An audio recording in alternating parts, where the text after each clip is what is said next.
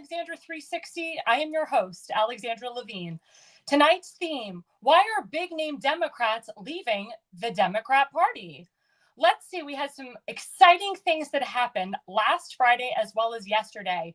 Top endorsements for President Trump, RFK Jr. and Tulsi Gabbard. RFK Jr., who is a lifelong Democrat, and Tulsi Gabbard, who is also a big Democrat in Congress. Those are two big names in the political arena that decided to hashtag Jexit the Democrat Party and never look back. Now, why in God's name would these people leave the Democrat Party? Why would they change and become independent and decide to endorse President Trump? And they're going to vote for President Trump, and they're campaigning for President Trump. And if President Trump wins the White House, which I wholeheartedly believe he will, they will be in big positions of power. They're looking at RFK Jr. to be CIA director. I know Tulsi Gabbard is going to be a big force within the Trump administration. So why are these two big names leaving the Democrat Party? Why did they leave the Democrat Party? So let's do a little bit of research for my audience. Well, RFK Jr., he saw the corruption firsthand with the assassination of his father. And then before that, we had the assassination of his uncle, John F. Kennedy, which we all know was an inside job, total inside job. We also see the signs of the Democrat Party, keeping RFK Jr. off the ballot, the Biden-Harris administration not providing him Secret Service protection when he was running for president. Now that RFK Jr. said, I'm suspending my presidency, of course, the Biden-Harris administration took Secret Service protection away from him. And we'll get into the difference between suspending a campaign and terminating a campaign. But also, RFK Jr., he witnessed the mandation of the vaccines and the mandation of mass mandates under the Biden-Harris administration. And he's watching the Biden-Harris administration start to turn our country into a socialist, communist, Marxist regime. It is known that Kamala Harris's father is a Marxist. She's also a Marxist herself. And RFK Jr.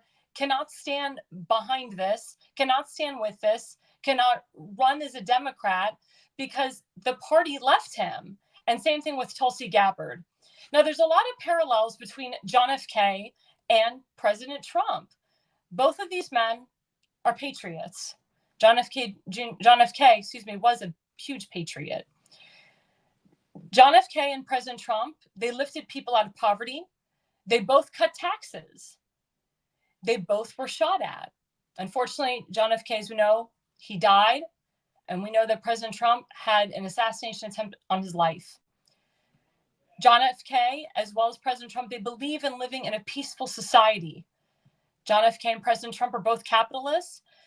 And John F. K. and President Trump, they both didn't take a salary as President of the United States. I just found that out today. And I'd like to, Eddie, to show the images of RFK Jr. endorsing President Trump. We have that image. It's a beautiful image.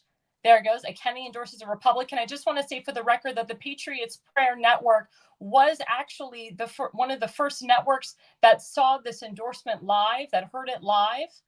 They were with President Trump at this restaurant in Las Vegas with Michaela Montgomery, who's a part of the Patriots Prayer Network. And she also is working for President Trump.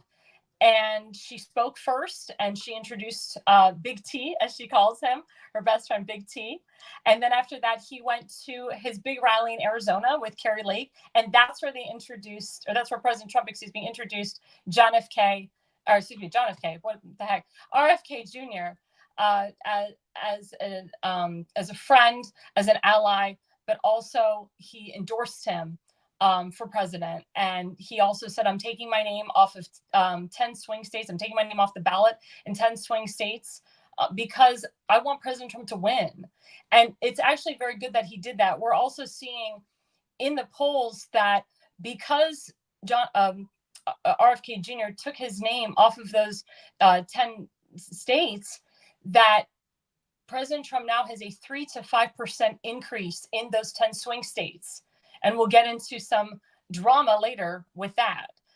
And actually, I'll just say breaking news, the Washington Elections Commission, they just voted 5-1 that they're going to keep RFK Jr.'s name on the ballot. And Michigan just voted that they're going to keep RFK Jr.'s name on the ballot. Well, my message to my audience is just because RFK Jr.'s name is on the ballot, RFK Jr. has stated, just because my name is still on the ballot, I want you to vote for Donald J. Trump.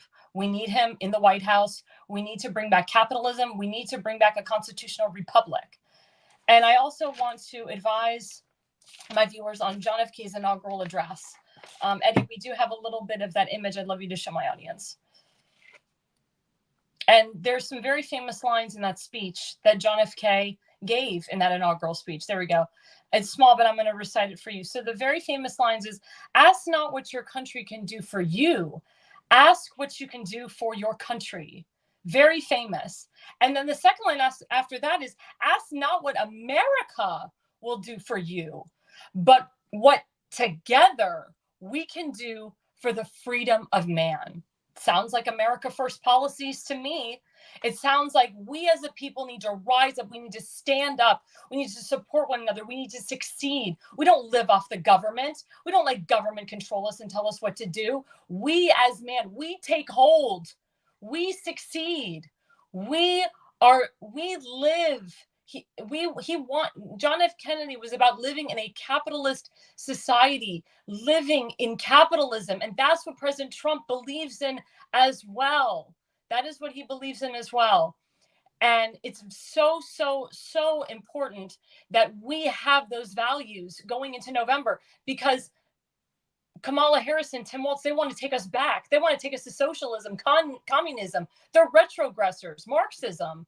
That's what they want to do to us. When they talk about real freedoms, they don't want us to have real freedoms. Real freedoms is we have to do what the government tells us to do. We have to practice ways that the government tells us, certain ways of what to do in regards to religion, in regards to how we have our health care, and so forth. That's why this election is so, so important. It's so, so important. And going back to Tulsi Gabbard, why did Tulsi Gabbard change parties? Why? Tulsi Gabbard saw the corruption in our military, and how need to push back on this. There's no guarantee to free speech on misinformation or hate speech, and especially around our democracy. Well, that's a clip from Tim Walz. As we know, stolen valor with him. But going back, Tulsi Gabbard saw the corruption in our military and how the war in Iraq and Afghanistan was never ending. We were just paying out all this money to never ending wars. How she saw too many of her friends coming home in body bags and coffins. And how the USA was spending way too much money in Afghanistan and now in Ukraine. She has hashtag had enough. That's why she exited.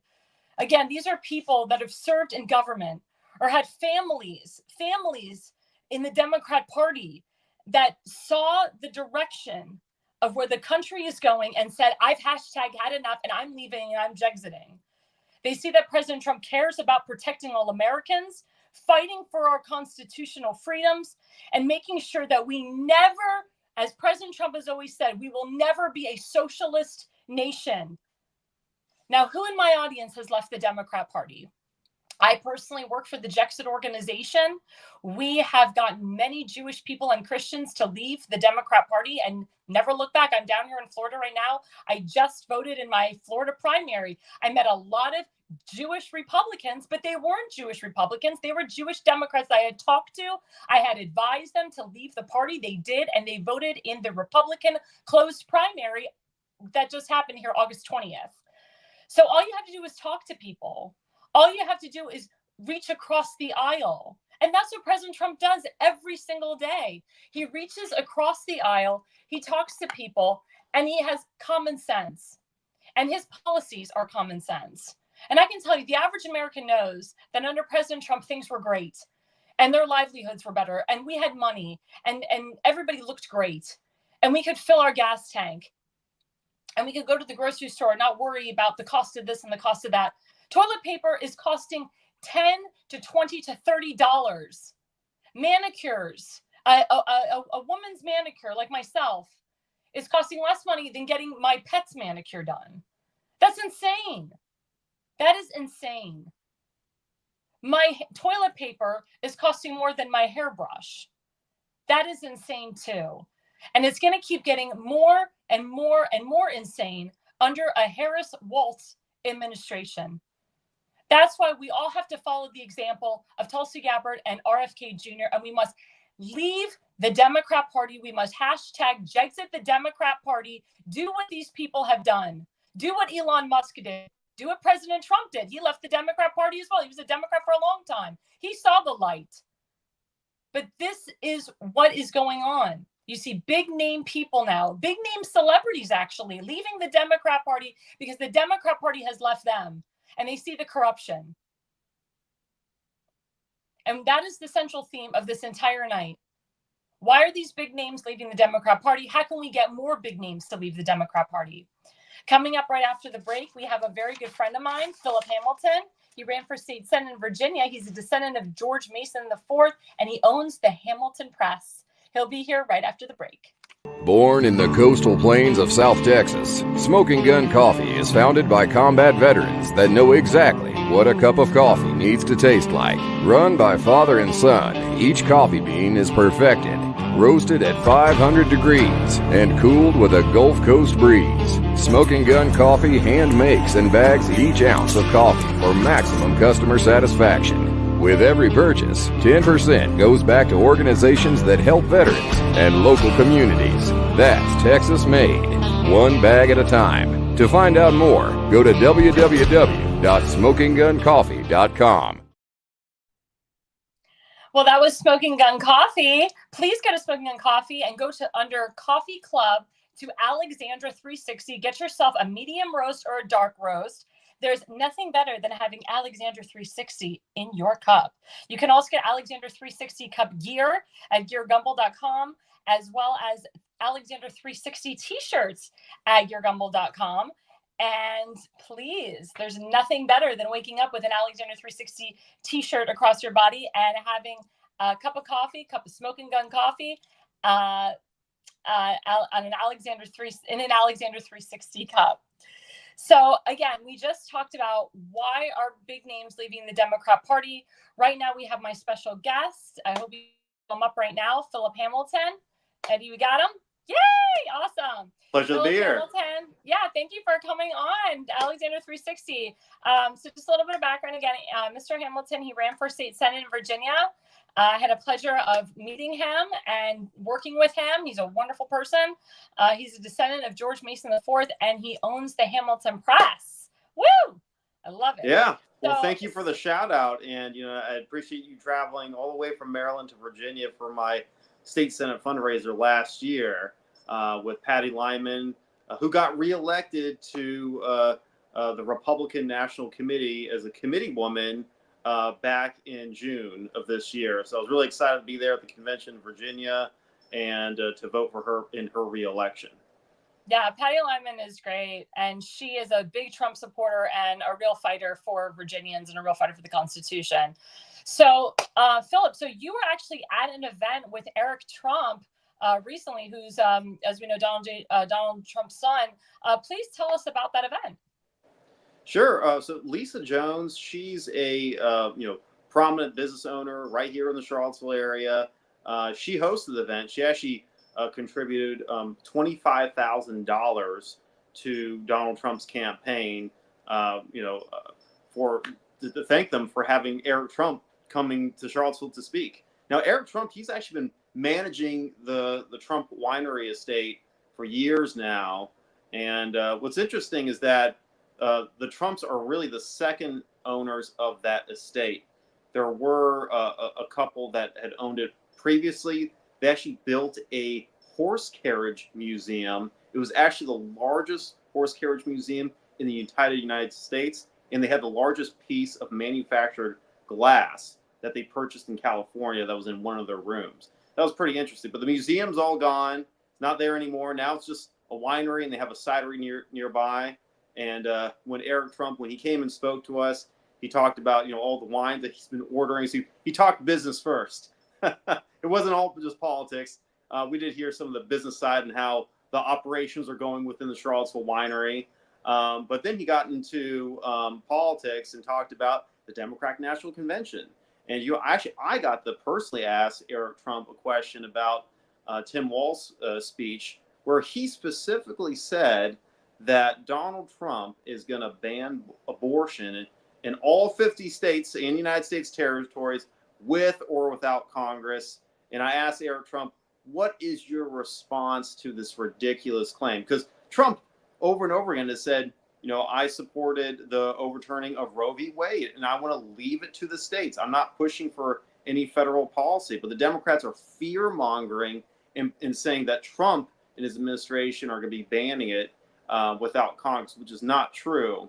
But Eric Trump, he gave a wonderful response and said that, not only have they been lying about that, they've been lying about Tim Walz's military record. They've been lying about Kamala Harris's stance on the border. Apparently, she's forced border security now, even though as border czar, she completely failed in that role. And there's just so many other lies that they're pushing. Like Kamala Harris, the day after I saw Eric Trump gave her nominating speech, and she was saying that Trump wants to raise taxes and that I want to cut taxes for the middle class. I mean, if I've ever seen gaslighting, that is quite the definition right there of gaslighting the American public. Well, the funny thing is that Kamala Harris is now copying President Trump's policy where he says no tax on tips. And it's interesting. That's what the Democrats do. They copy everything that the Republicans do and say, because, again, they know in the back of their minds that it works. They know in the back of their minds that it's going to get voters. So they're like, yeah, we're going to use this line too, and we're going to get people to vote on our side. I want to switch a little bit. You had told me that you were on a Southwest call with RFK Jr.'s presidential staff or his staff. Tell my audience a little bit about that call. Sure. Let me give a little background before I go into that call. So I actually personally met Robert Kennedy Jr. last September. And this was towards the beginning of his campaign. He came to Richmond. He had a rally. There was probably about 500 people there, which was pretty sizable for the launch of his campaign. And, there was actually quite a few Trump supporters who were in there with me, who I knew from the Richmond area.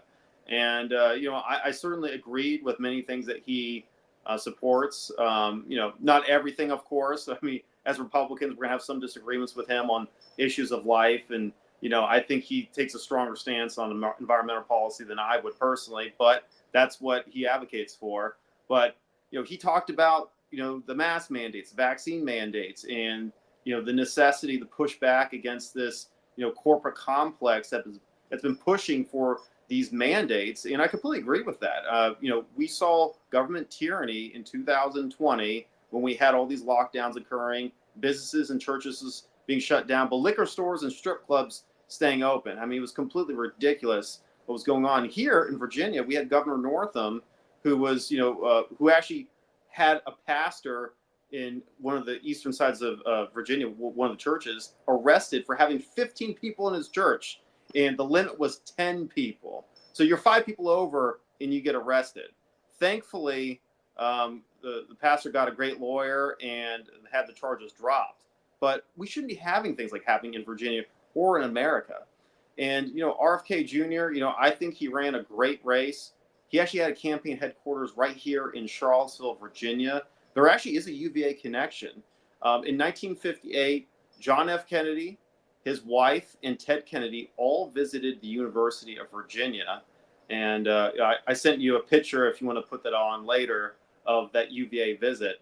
But there was a Charlottesville connection to the Kennedys. And I went to some of their potlucks, and I would say 95% of the people I met at those potlucks supported Kennedy because of his strong stance against the vaccine mandates for COVID-19. And that was really a top issue for many folks. And I was really encouraged to see him endorse Donald Trump. And I got to sit on the Southeastern region call. And the leadership of the Kennedy campaign is saying, we're encouraging those of you who volunteered for the Kennedy campaign to vote for Donald Trump. Now, when I listened to the call, there were some folks who were volunteering saying, well, I'm still going to write in Kennedy. But they were still pushing, encouraging folks to vote for Donald Trump. And they announced that we're going to be pulling the Kennedy name off the ballot in Virginia, in my state, and also in Georgia. And of course, there's 8 other states that they're pulling the name out from as well. I think that was a great move on their part. And I hope that Kennedy gets a position in the Trump campaign, either as Secretary of Health or another position. Whichever way he's in there, he's going to do good for our nation. And I encourage folks to watch the Tucker Carlson interview with Robert Kennedy. It just came out yesterday, I believe, but it goes more in depth on why he dropped out of the race, in addition to his concession speech. So, Phillip, just a couple more questions, but I wanted to switch the topic into the breaking news today. And this, again, goes back to my central theme of why big name Democrats are leaving the party. So Jack Smith, as you know, who was the special counsel on the Democrat side, he gets a D.C. grand jury to return all charges superseding indictments against President Trump, accusing him of attempting to, quote, subvert the election. What do you think about that? Your thoughts? It's election interference, plain and simple. You know, the Supreme Court ruled that Donald Trump and other presidents have broad immunity. Now, Jack Smith doesn't believe that, and he wants to continue to pursue this case. And for him, it doesn't matter whether he's going to win the case or not, because he's going to lose it on appeal to the U.S. Supreme Court. All that matters to him is giving Donald Trump bad press and to hurt his chances of winning this November. That's what matters to him at this time. And that's why I firmly believe it's election interference. And looping back to Robert Kennedy Jr., part of the reason why he endorsed Donald Trump is because he has been seeing these vicious attacks from the Democrats. They tried to remove his name off the ballot in multiple states, including New York, the very state where he resides and where he's been voting over the past few decades. And Robert Kennedy's been seeing all this lawfare that's been waged against him, and that's why he's joined forces with Trump, because he sees that the Democrats are trying to unravel democracy to preserve democracy in their own image. Well, what's really bizarre, Phil, is that we have election interference on the Democrat side, and then we have this beautiful moment where President Trump goes to Arlington Cemetery because it is, unfortunately, it's the anniversary of the death of these 13 innocent lives that were killed in Afghanistan, because the pullout was so awful. It was, as Tulsi Gabbard said, this whole thing could have been avoided. Their lives could have been saved. But because of the Biden-Harris administration, and we all saw on TV the disgusting and horrible pullout and how it was just so embarrassing as an American. I was so embarrassed to see that on television. But again, President Trump went to Arlington Cemetery. He put the wreaths up. Where was Biden and where was Kamala Harris? Where were they? I thought she was running for president. Why wouldn't she be at this moment? This was under her watch. What are your thoughts? I think Kamala Harris was spending time doing debate prep. Instead of meeting with the families of the fallen soldiers, she's focusing on winning her race. And, that I think that's really disgusting. And we're going to find out soon what she was doing with that time. The schedule's going to come out, but I'm presuming that's what she was doing with her time. And she'll just throw us, I had to do this because, this is going to be my first debate against Trump. I had to devote all my time, but you have to ignore the families in order to do this for something that you're responsible for because you're the vice president at the time. And really, to look at the bigger picture, the pullout in Afghanistan didn't just show just the incompetence, of the Biden administration. We had over $1 billion worth of hardware, which went to the Taliban. And of course, Russia saw this and said, well, the United States is not supporting their allies. We're going to go ahead and attack Ukraine. And of course, Hezbollah and Hamas and Iran, they see American weakness under the Biden administration. What did they decide to do? They decided to plan for October 7th. And to this day, Israel is still fighting back. This weekend, they had to send over 100 jets to bombard various missile sites. And they got rid of probably over 2/3 of the missile sites. But they still were able to fire hundreds of missiles into Israel. And this is due to weakness. And we need to project strength, which we will get again under a Trump presidency. But if we get another administration, an extension of the Biden administration or Kamala Harris, we're just going to see more war and potentially a third world war, which is what Trump and many other Americans are concerned about this time. Now, President Trump is looking to take back the Senate. And of course, you have a Senate seat that President Trump would love to flip to Republican. You have Hung Chow, who's running against the incumbent, Mr. Kaine. Tell us your thoughts about that. They say that Virginia is even a state that they would love President Trump to win. What are your thoughts? Well, Rich Anderson, he's the Republican Party of Virginia chairman. I have a good relationship with him. He also won his reelection for chairman on the same day that Patty Lyman won her reelection 2 months ago. And he worked with the Trump 47 Force team, and they opened 10 campaign headquarters in the Commonwealth of Virginia because Virginia's in play. It's a swing state. Robert Kennedy wouldn't have pulled his name from the state if he didn't view it as a swing state, and the Trump team certainly agrees with that. And Trump, he's done a couple rallies in the state already. He did one in Richmond. Patty Lyman was there. My friend John Reed with the John Reed Show was there as well. And he did another rally in Chesapeake, which I was at just a mere 2 weeks before the assassination attempt was when I saw Trump.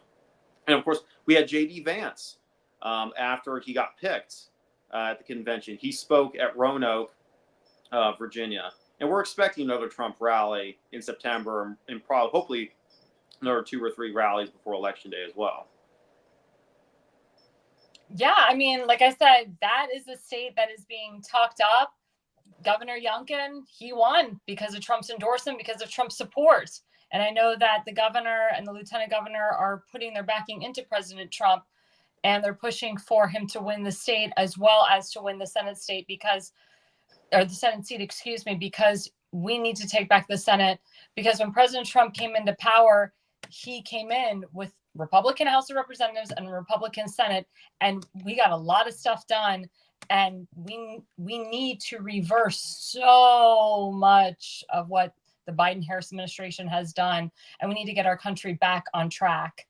Now, Mr. Hamilton, one thing I'll mention too is that it just came to mind is there's a prominent newspaper. It's called the Richmond Times-Dispatch, and they cover a lot of the Virginia General Assembly, what's going on in the House of Delegates, going on in the Virginia Senate, and also national politics. Now, of course, being Richmond City has a very liberal slant to it.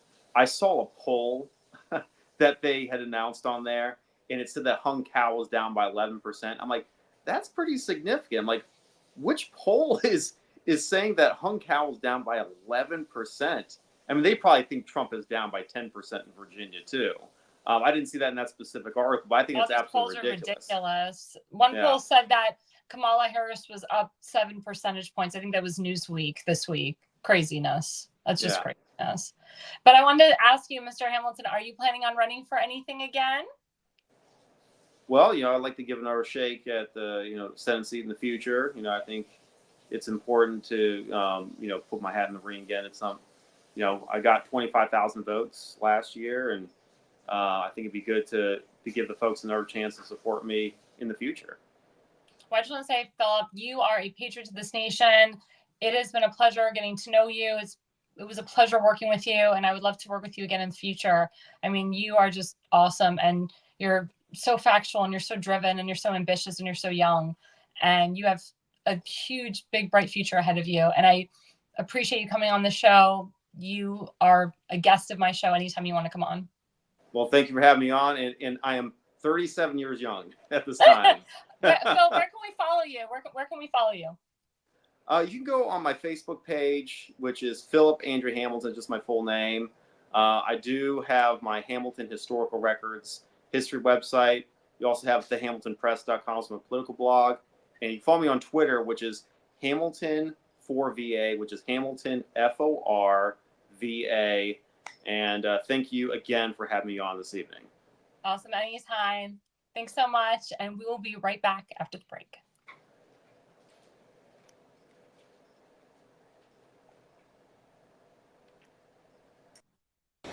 Born in the coastal plains of South Texas, Smoking Gun Coffee. This marks the potential start of a third world war, where we will be hit with a silent, untraceable attack on America that unfortunately very few will see coming. This attack will be unlike any we have seen before, the one that directly targets our power grid, which will cause a nationwide blackout and plunge our great nation into darkness, despair, and starvation. I know some patriots have been preparing for this eventuality, but stockpiling and growing your own food is simply not enough, because this marks just the first phase of this orchestrated attack on America. And with Sleepy Joe and his team of incompetents at the helm, people will soon realize no one is coming to save them. Then it will be every man for himself. The looting will begin. Supermarkets will be ransacked. Local gangs and marauders will target anyone who looks like easy pickings. And by the end of the first week,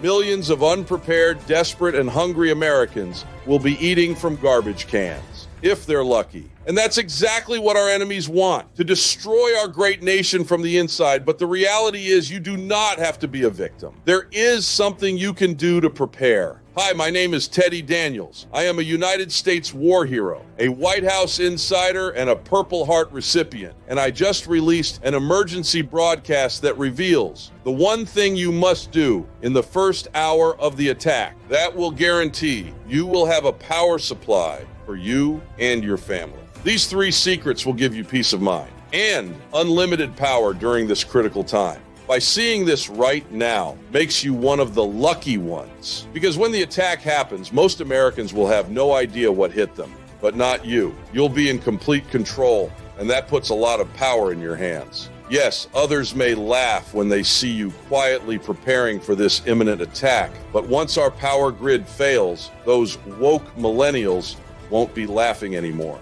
They will be wishing they had prepared, while you and your family prosper and thrive. But you need to move fast. I have it on good authority. This attack could start as soon as next week. So I urge any American or true patriot to watch my emergency broadcast right now before it gets taken down again by the powers that be to protect their controlling interests. Watch it now while you still can, like your life depends on it, because it does.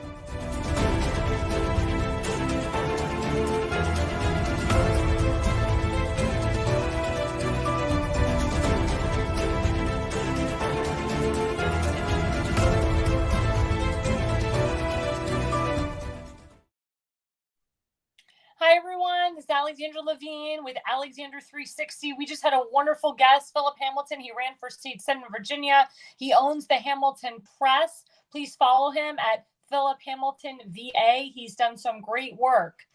Now we're getting into a topic that I will pound every single day until November 5th. We talked earlier about people leaving the Democrat Party. Well, as you know, I'm 100% Jewish. I love my faith and I love being Jewish. But as you know, the majority of Jewish people, they are Democrat, they vote Democrat.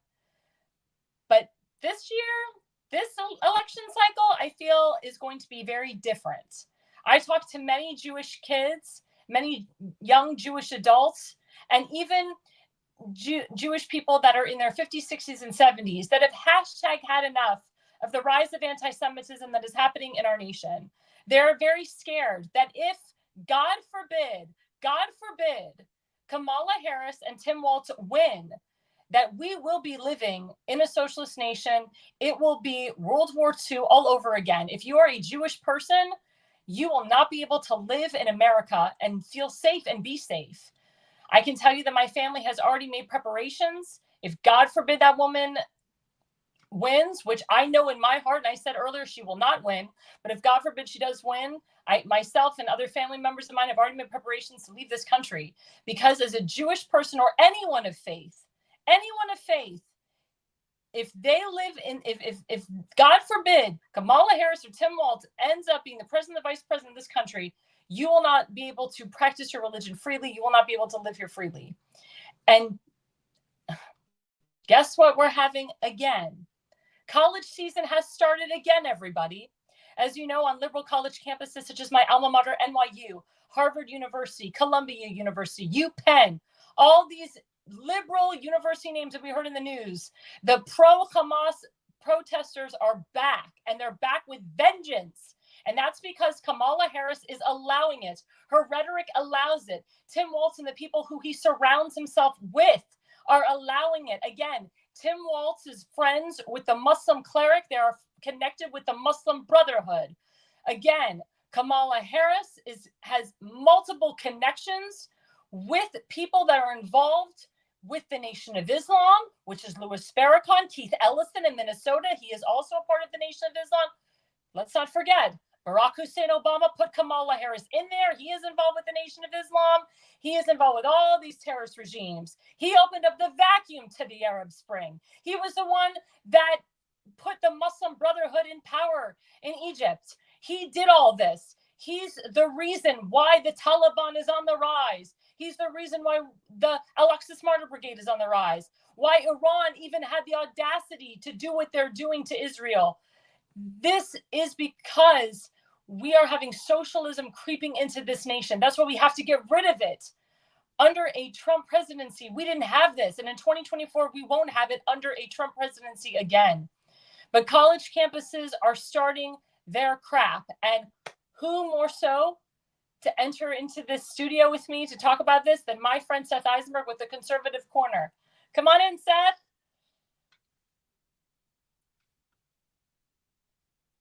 Well, there's Eddie, even better. Yeah, I thought I turned good looking for a little bit there. I was Seth Eisenberg, everyone at the Conservative Corner every Sunday nights at 7 p.m., but he's also Jewish, just like I am. So we're two Jewish Republicans. You know, we exited the Democrat Party. I mean, I was always Republican, and I know you're conservative. I consider myself a conservative as well. But, you know, college campuses, again, University of Maryland. Eddie, put up that flyer with the University of Maryland today. Oh, yeah. 15,000 flags for Gaza, honoring the 150,000 martyrs who have lost their lives. What the heck?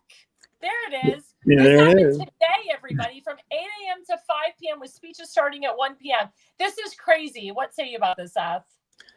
I think it's a bunch of uneducated fools trying to sound like they know more than they actually do, supporting a terrorist organization. That's all. I mean, there's no more to explain than that. Eddie, you can weigh in on this. We can't hear you, though. You're on Yeah, mute. I muted myself over here.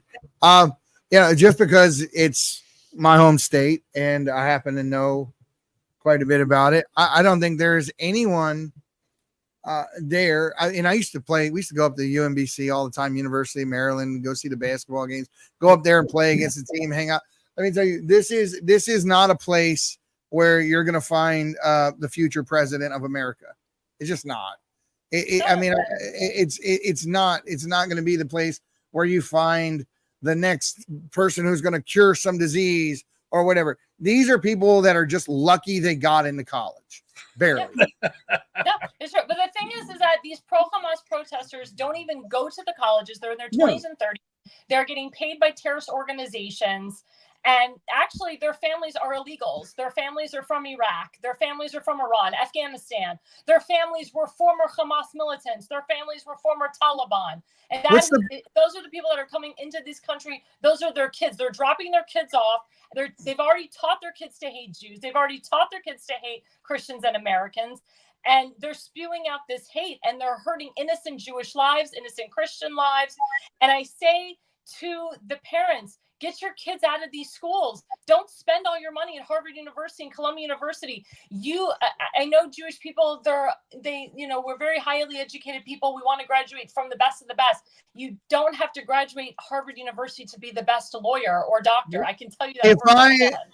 Check this out, and let me use this analogy. If I invaded Alexandraville, right? Show up. It's your land, right? I show up. And then I set up camp inside your land. I've never set up, and Eddyville has never existed in the history of ever. Eddy World does. It's a cool little plot. But it doesn't exist. And this is essentially what Palestine is, right? Palestine was a people very long time ago that was broken up into several tribes that don't exist today. Those tribes that do exist today are like Nablus, Hamas. There are 5. I don't know all their names. There are 5 different ones, and they hate each other. They don't even like each other. Right. That's correct. In Palestine has never existed. So when they say martyrs, you got to define a martyr. A martyr is someone who died for something just, for something good, and they gave their life for it. These people intentionally started a war and effed around and found out. That is not being a martyr. That's the difference between being brave and stupid. Yep. And again, right? For the audience, they burned babies alive. They raped men and women. They raped men and women. Yeah, they raped men and women. They made isn't that funny?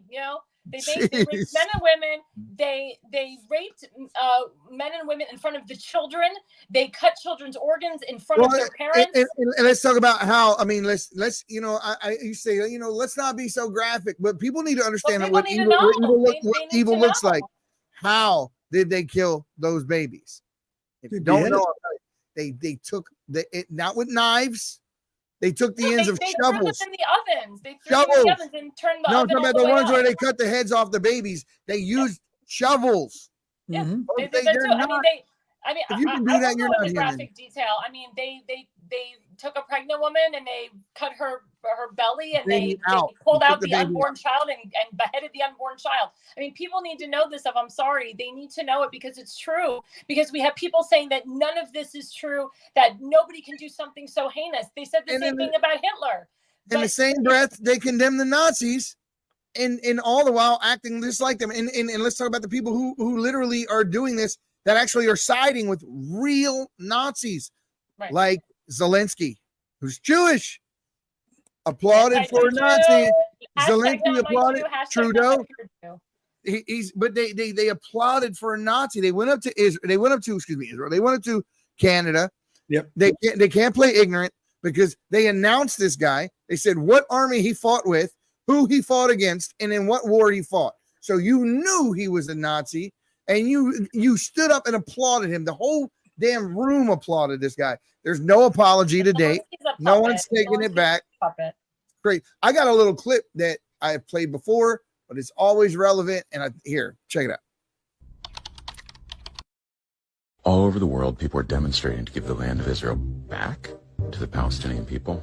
Let's look at the history of the land. From 1948 until today, not a Palestinian state. From 1917 to 1948, not a Palestinian state. From 1516 to 1917, not a Palestinian state. From 1260 to 1516, not a Palestinian state. From 1187 to 1260, not a Palestinian state. From 1099 to 1187, not a Palestinian state. From 638 to 1099, not a Palestinian state. From 324 to 638, not a Palestinian state.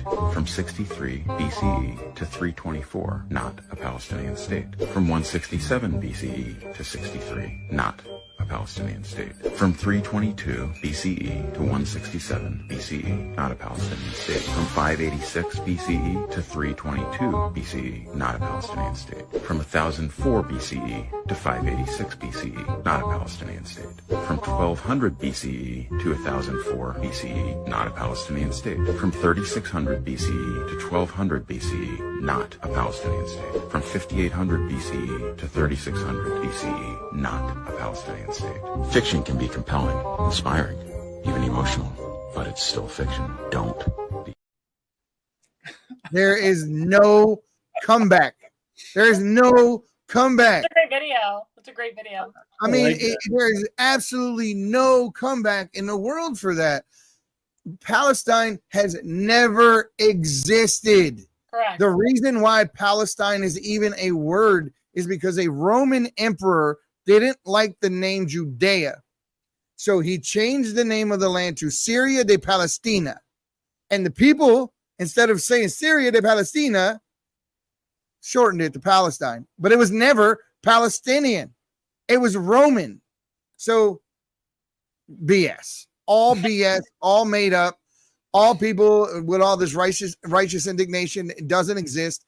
Matter of fact, if you actually DNA test the blood of the people in that area to see if they're indigenous, which someone actually did, and found out only 4.18% as of I think when they did the test in the 70s, 80s, something like that, when the person did it, we're doing the research, found 4.18% of the people in that area were actually indigenous to that area, that most of them were from Syria and were nomads. They didn't even belong in the area where they were. They had wandered there. Vagabonds, Bedouins, however you want to say it. Yeah, Bedouins. But going back to this thing with the college campuses, so as we know, the UPenn president, she resigned, Dr. Gay resigned, this person resigned. But again, you know, Eddie and Seth, I'm going to revert this to you. You know, Seth, you live in a state where you have the University of Maryland, you have American University of DC, which has all this rise of anti-Semitism on college campuses. And we do see a lot more Jewish kids. They're fighting back. You know, Good. they are fighting back. So my question to you, Seth, is what more can the Jewish community do? What more can people do to combat this, to stop this, so that the kids can go to college and they can have that college experience? Stop paying tuition. If I'm sending my kid to school and there's like anti-Semitism, like blatantly, you're not getting a dime from me until that's taken care of. If that means I got to pull my kid out and send them to community college and give them my money until you get your stuff straightened out, it's exactly what I'm going to do. And if my son's there or my child's there, and I'm going to tell them, if you are confronted and you can walk away, walk away. If they put their hands on you, that's a different story. And you make sure they can't put their hands on you again. Don't stand there and beat on you, because that's what happened in Germany. Nobody fought back. Nobody said anything. The whole thing was, it's just all going to pass over. Give it a couple months. We're all going to be back to normal. And then they started making ghettos. Don't worry about it. We'll be out of here in a couple months. It's not going to last that long. Then they're getting loaded on train cars and put in the gas ribs. And here's the thing, guys. Here's the serious part. What you just said echoes exactly what's happening right now. Oh, yeah. What I want you guys to do, please, go take a look at family centers. That's what Hitler called them too. Family centers. He lied to the people in Germany and said it's where he was sending the Jews. They didn't know they were internment camps until after. Right. He said they were sending them to family centers. Now, across the United States, there are a bunch of these things called family centers, and they all happen to be right along the railways. They all, and with them, and where these places are stacks and stacks of coffin liners, actual disposable coffins, biodegradable ones, put in the ground. And there are hundreds of thousands of them across the United States. While you guys are talking, I'll pull it up. I was just going to say a message to my audience. So with the Kamala Harris, Tim Walz administration, the Gaza encampments will continue. The rise of anti-Semitism on college campuses will continue. They're trying to push BDS, boycott, divest, and sanction resolutions to these college campuses, saying that the college campuses cannot do any business with Israel, which is insane. And, you know, going back to Seth's point, if I was a Columbia University student and the rabbi told me I couldn't go to school anymore for fear of being attacked, you have to leave, I would never leave. I would have stood my ground. I would have held the sign. I would have stood my ground. I said, look, my parents paid for me to go here, or I was on scholarship and I'm here. I'm here for an education. Screw you. Screw you. You're not even a student of the campus. You're a foreigner. You're not even you're a 20 or 30-year-old or 40-year-old that's not even in college, and you're coming in and invading my space. And that's what most of those people weren't even from the United States. Didn't the mayor of New York actually identify and say that the people were like at Columbia, that the people were actually egging this on weren't even students at Columbia? That was the point that I made. Yeah, that was the point that I made earlier. That none of these students are, pro-Hamas people are students of Columbia University or Harvard University or NYU. They're foreigners, or they don't even live in the state. They live outside of the state. And these people are getting paid. This is real, guys. Go ahead, Seth. You were saying they bust them in. Go ahead, Seth. Around the country in locating the potential prison camps throughout the country. Wow. These major facilities currently being used as prisons, such as those you saw earlier, or prisons that are being built supposedly in the name of the war on drugs. These are real. Wow. And they're said to hold millions of people. And if you it doesn't take but a very quick internet search to see around them the railways, and they have disposable coffins to the tunes of hundreds of thousands all across the railways across the United States. I don't know what they're planning for, but son of a bitch, dude, this is wild. They had people actually go up to the door and ask. What is Anyone this that place? stands with They these won't answer. terrorists are whacked. Anyone that stands with these terrorists are whacked. I mean, I advise them to go I don't to even Gaza. say that. Go the extra mile and say anyone who stands with Palestinians are whack. There's no difference between Palestinians and Hamas. Yep. None. And I'll even say this. If you're in a college campus, any campus, I don't care if it's Ivy League or a community college, and you have a rabbi that tells you, don't go to school, it's not safe, stay home and take classes online, give him the finger, get with a bunch of your friends, and you go back to campus, and the first person that steps in front of you and tells you can't come on campus because you're Jewish, you smash them in the mouth. That's the only way these people are going to learn. It's a sad fact of life that some people only respond to violence.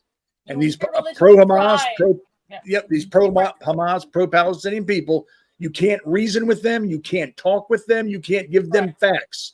You need the bad thing about it is that the campus is violating their own code of conduct. That is correct. By allowing this to happen. Yes. And the staffs and teachers and security officers and anyone else who takes part in allowing this to happen have actually committed an offense against the university and the rules of the university that the university had to create in order to receive federal funding.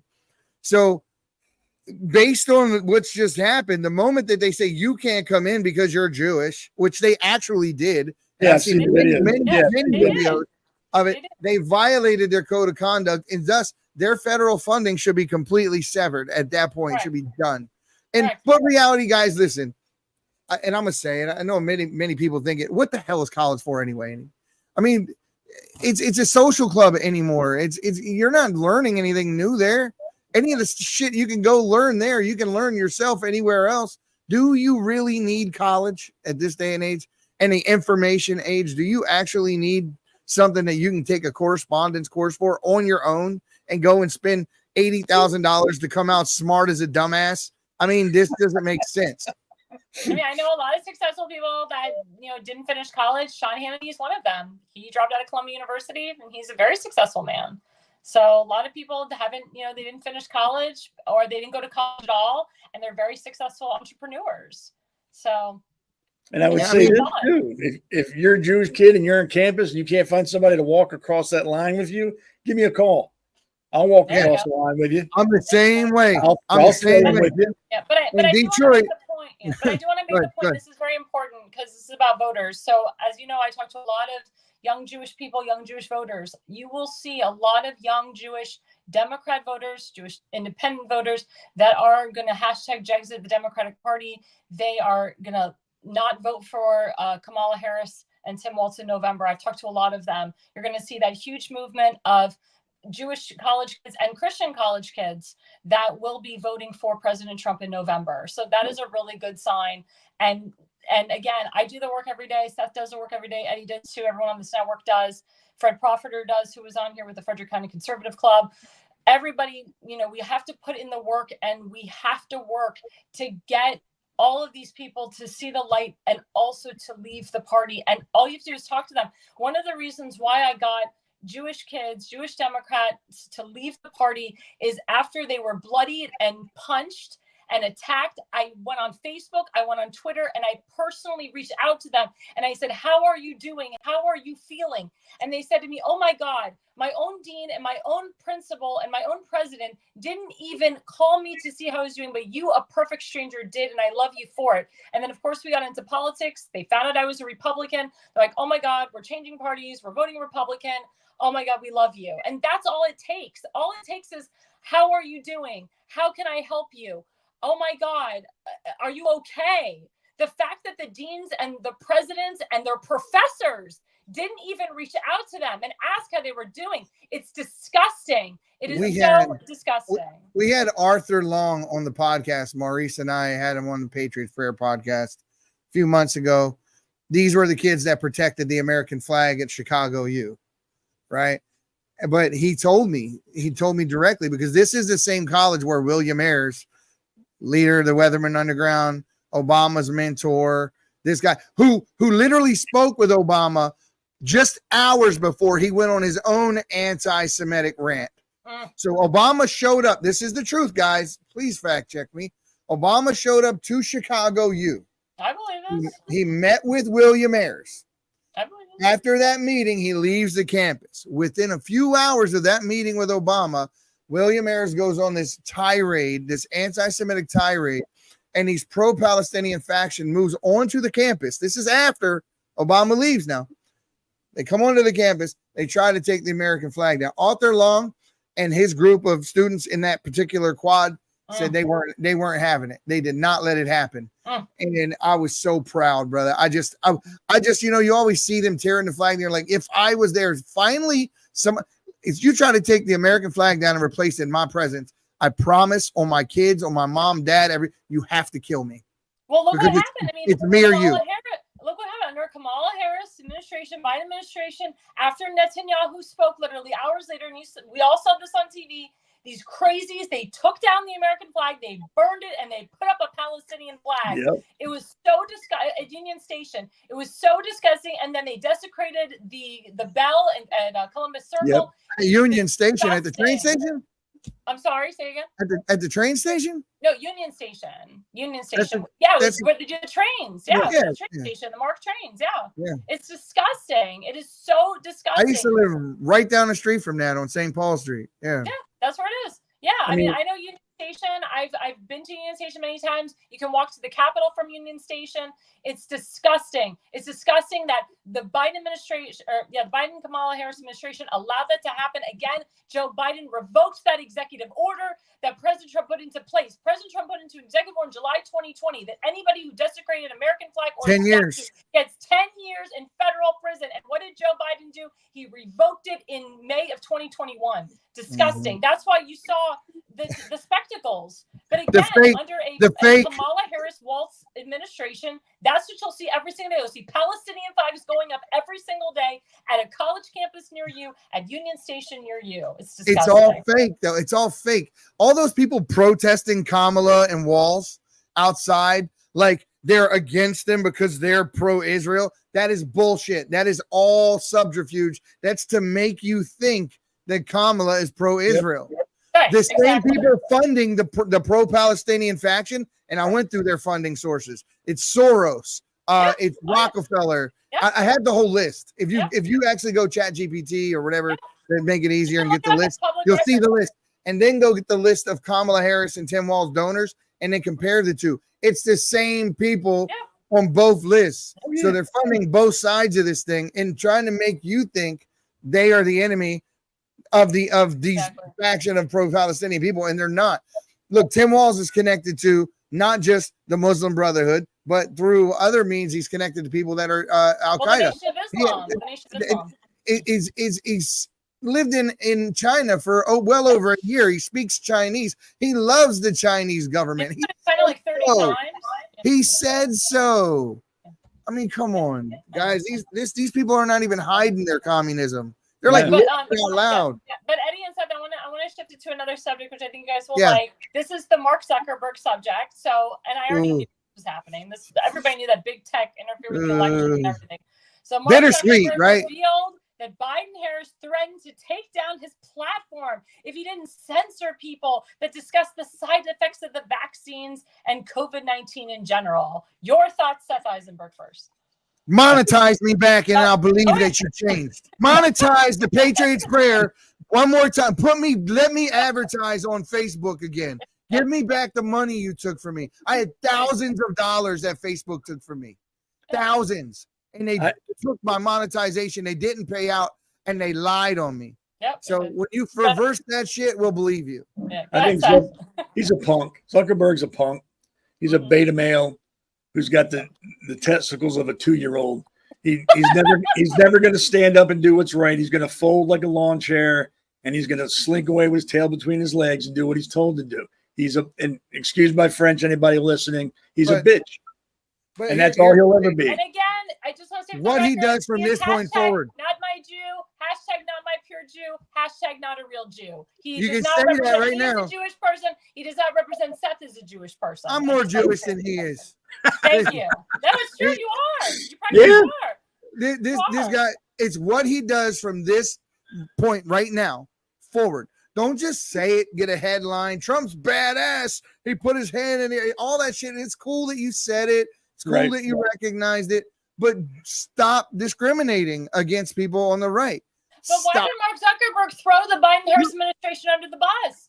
Because Why he sees, did he sees what's coming down the pike. He knows what's But going to guys, happen. Look at your numbers right now, right? Do you see those 2 thumbs up likes in the top corner of your screen? Yeah, I see. Thank you, Denise. All right, now thank you, let me- thank you, Silver Bell. Thank you, Diddy Girl. So yeah, thank you No, guys. but let me tell you what those 2 thumbs up represent is that 2 people on Facebook right now have watched the live and they gave you a thumbs up. They liked it. The reality of it is I have over 17,000 followers with an enormous reach on Facebook. Well, my Facebook would be more reach Where if are they Mark at? Zuckerberg didn't censor the heck out of me. Mark Yeah, Zuckerberg- that's Mark that's Zuckerberg exactly what I'm censors me pointing when at. I write Shabbat Shalom. Mark Zuckerberg censors me when I talked about COVID with what happened with my grandfather, because my grandfather died of COVID, or not COVID, I'm sorry, he died of the vaccines. I saved him from COVID, but it was the whole COVID pandemic thing. I wrote everything about that on Facebook, and I was suppressed. Oh, yeah, So I'm it's surprised as hell on Facebook. disgusting. It's so nasty. What happened? It's disgusting. But yeah, I agree with you, Eddie. Mark You wanna- you wanna- Zuckerberg you owes wanna us so test much something money. out? He owes us so much money. Here, let's test all of them out. Okay, ivermectin works. There are only 2 genders, and Trump won the election. Click. And there's no such thing. Are we as still on? I don't Are we know. still on? And stand with Israel. Shabbat Shalom. Go, stand with Israel. And Palestine doesn't exist. There you go. Cherry on top of the cake. We're just things What are you dropping going off to say? now. Say something that Facebook would have banned you for. Transgender people have a mental illness. There Yeah. you go. There you go. Yeah, it doesn't matter how far we go. I mean, listen, the reality of it is a step in the right direction is a step in the right direction. Yep. Saying it out loud is one thing. Let's see him act it out, right? Exactly. I want to see him walk the walk. What are you going to do to change it now? Now you've admitted out loud. Now, what changes are you going to make in Facebook? Because I guarantee you, what was happening at Twitter, it's happening at Facebook times Is 10. Mark Zuckerberg going to switch? Is he going to become independent? Is he going to vote for Trump now? Is he going to fire the intelligence agents that are most likely stationed at Facebook right now, telling them what to Those put are the up and what to questions. take down? Mark Zuckerberg is a snake. He's a Yeah. total snake. You cannot trust him.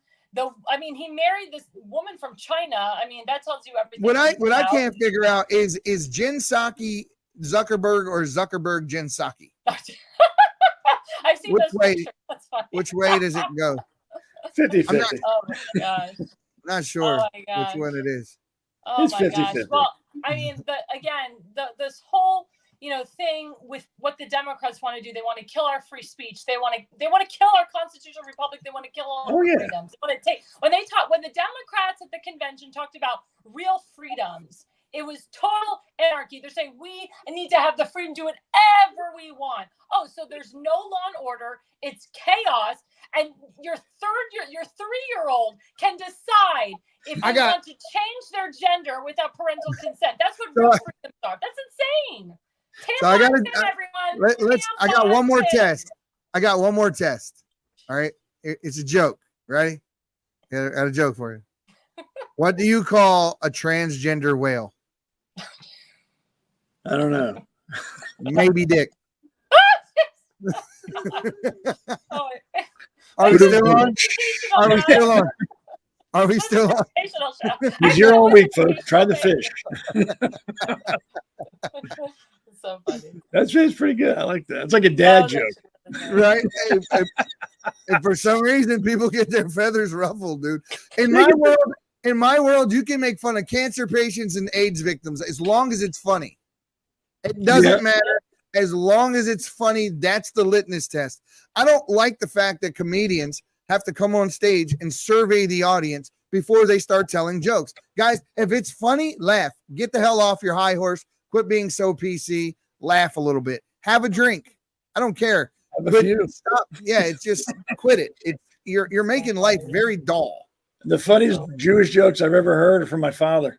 You want to see something funny? He knows them all. You want to see He something knows funny? them all. My wife did not see the irony in this shirt she bought me, right? So I'm going to show you guys something. See what it says here? Husband since 97, right? Uh-huh. You see the one below it? Father. Oh, grandpa since 2016. Yeah, but read the one right below husband since 97. Father, Father since Since 96. 1996. yeah, come on, dude. I can't believe you're a grandpa. Honestly, you're too young to be a grandpa. I can't believe it. I can't believe you're a grandpa. That's insane. Yeah, I'm a grandpa. I got a That's 9-year-old awesome. grandson. Oh my god. 9-year-old grandson. But you know, that's what you do in Baltimore. You have kids young. I just want to say for the record to hype us up, Eddie, and you can vouch me on this. President Trump, he knows our network. He knows the name of our network. Thanks to Very well. Yes. Thanks to you, Eddie. Thanks to Maurice. Thanks to everyone on this network that have been pushing into the Trump campaign. And again, Eddie, you were in Las Vegas with Michaela. You guys were the first on the scene to know about the endorsement of RFK. It was wild. It was wild, man. Oh yeah. I couldn't believe it. And the significance of the moment was lost on me at first because he took the phone call and he hangs up and he comes through the doors where the press is and everything. First of all, Maurice and I were in this little corner of the room where like all these people were crammed and we're like, screw this. We're not staying here. So we were with Michaela. Michaela went through the little gated area. She was speaking. So we were in that little kitchen area right there where we came out and there's like the center where like Fox and CNN and all those guys were. And so we just went right there with the press. We just walked right into where all the press was. And I just started recording and was, grateful to the guy from Reuters who gave me a little battery to charge my phone and do that sort of thing. But yeah, we were right there when he hung the phone up. He came out and he said, guys, we just found out. And this was before you guys ever heard it on the news. This was before it was ever publicized. It was before the rally, everything. He said, the Democrats are going to be pissed. He said that RFK had endorsed him, took his name off the ballot in the swing states that would help him, and left his name on the ballot in states that would hurt Kamala. And he just thought it was hilarious. And he offered, in that moment, he literally offered to take Michaela with him to Arizona from Vegas. She was supposed to leave that venue and go get on Trump Force, but she left her bags in the hotel room and she didn't want to go with Trump. And I was like, after the fact, I was like, I could have went and got your bags. Like I would have went. The Trump campaign would have got her bags for her. Man, listen, I would have bought new bags. You would have. That's true. I would have went on Trump Force. That's a fact. Ain't nothing in the world that could have stopped me from going to Trump Force. I just lost that bag. I'm sure she'll have other opportunities. We'll all have opportunities. So it's a blessing. Well, she actually works for the campaign. Yeah, if you don't know, she literally has been hired by the Trump campaign, and she's going to be speaking at other rallies and other things. And we are planning a rally. We're planning We're planning an event. We can call it a rally. Hell, an event, a Patriot Prayer event. We did the one in Eagle, Idaho. We had a lot of people that couldn't make it on the team. I didn't like that. I want the whole team. So I said, let's go where the team is. We're going to do the next one in Maryland. And this way, not only do I get to see everybody from the team because they're all close enough to get there easily and drive in, the other ones who can't, but I get to see a bunch of the people in my own hometown, my own family and things like that. And they can watch me succeed because they never helped me. Screw them all. And it's a great feeling. There's a couple of reasons why you do things. One, you do things because you have a passion for it and you want to do it. And then there's the little spite part where it's like, okay, you didn't listen, you didn't believe in me. So now I got a little bit of a spite. Like I'm gonna succeed because success is the best revenge. I was gonna say we'll take you on a boat ride, and you won't see the Francis Scott Key Bridge at all, because it's gone. I just want to go over there and go fishing. Right, that's my old fishing spot right there. I don't know if I would fish in that water. No, you fish in that water like this. Just don't eat it. When you fish, when you catch the fish, it's good. The fish are all going through withdrawals because they're all addicted to heroin. Like, oh my gosh. They're swimming through hypodermic needles in the Chesapeake Bay. I saw pictures the other day of the U.S. Constellation and that in the submarine, right there in front of the science, not the science center, the aquarium.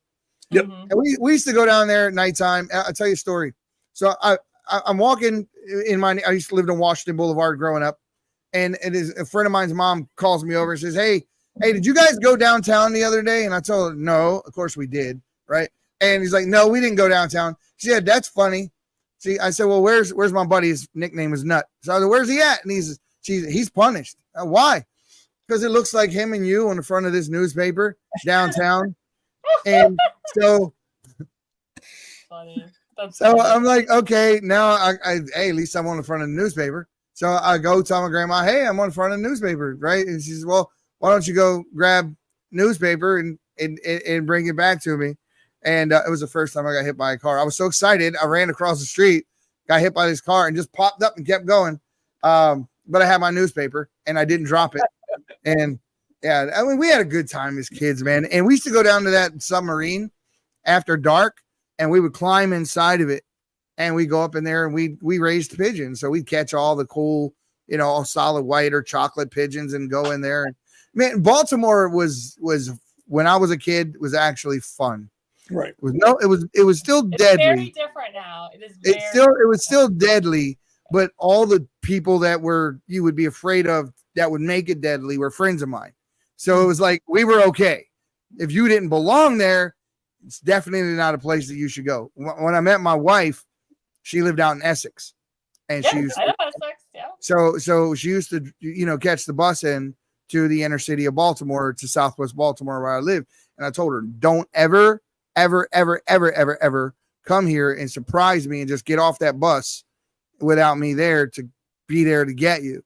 I get a phone call one day. I'm in the house, and we didn't have no cell phones. A house phone rang. Hey, I'm trapped in the store up here, and they won't let me leave. It's like these girls that had gotten her in the store, asking her where she's from.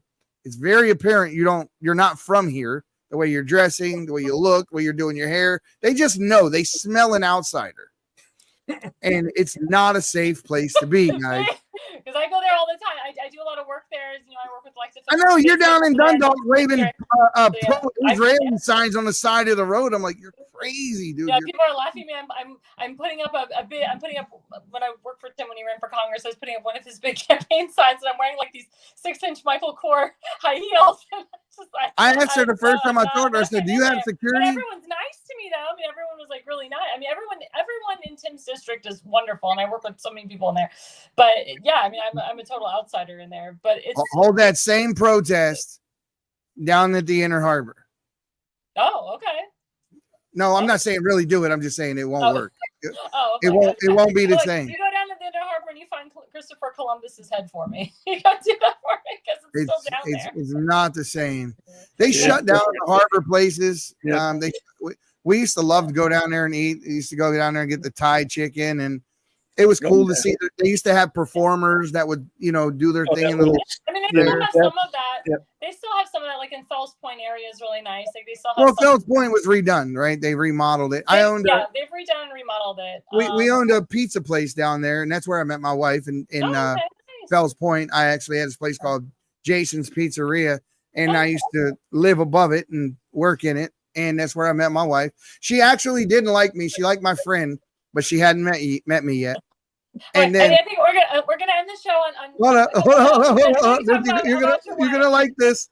You're gonna like this. So she tells me, right, and I find out from a friend of hers, and I said, "You like Paul?" He's like, "Yeah." I was like, "He's gay." So we started. Yeah, no. I told her that my friend was gay.